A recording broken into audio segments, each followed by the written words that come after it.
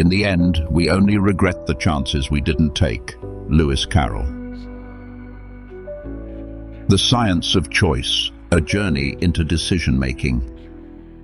From the time we are children, life is full of choices, though at first they're rarely our own. Parents, teachers, and traditions decide for us. Then, almost overnight, we are expected to make choices that can shape the course of our entire lives. Which career to pursue, which risks to take, which people to trust. But the truth is, no one ever teaches us how to decide. This is the story of decision-making, the invisible forces that cloud our judgment, and the timeless methods that can bring us back to clarity.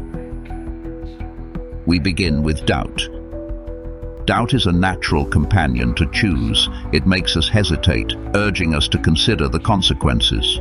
But left unchecked, it grows into paralysis. Imagine someone trapped in a job that exhausts them. They long for change, yet uncertainty holds them still. What if the next job is worse? What if I fail? What if I regret leaving? Often doubt isn't a sign of weakness, it's a sign of missing information. The unknown feels terrifying until we shine a light on it. Researching opportunities, gathering knowledge, exploring what's truly possible, all of this reduces the fog of uncertainty. And when the facts are clear, the decision feels less like a gamble and more like a choice made with confidence. There are also tools, ways to weigh the balance of gains and losses, to look beyond the surface of a choice. One ancient approach asks us to imagine not only what we might gain, but also what we might lose, whether we act or whether we stay still. It reveals that no decision is perfect. Each path carries risks, but also rewards. And clarity often comes when we stop asking what is right and start asking what matters most to us in that moment. If doubt slows us down, fear brings us to a halt. The fear of mistakes is one of the most powerful barriers to decision-making. Many of us grow up believing that failure is unacceptable, that to stumble is to be weak.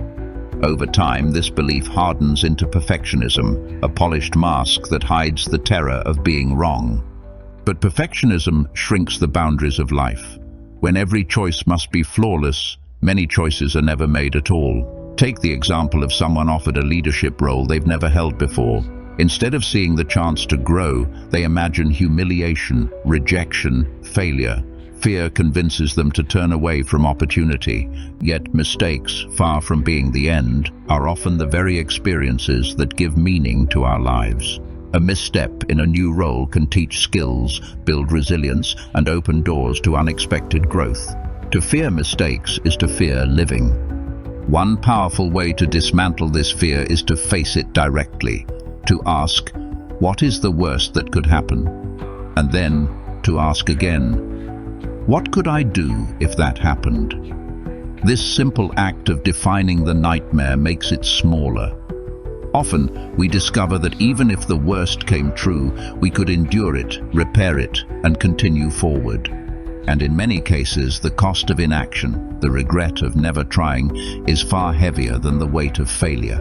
But fear is not the only force that distorts our vision. Sometimes the way a choice is presented shapes our decisions more than the choice itself. This is known as framing. A glass described as half full feels different from one described as half empty, though both hold the same water. A medicine marketed as 95% effective sounds more promising than one that fails 5% of the time. Framing traps us in narrow perspectives. We see only two options, when in truth there may be many. But these frames are not unbreakable.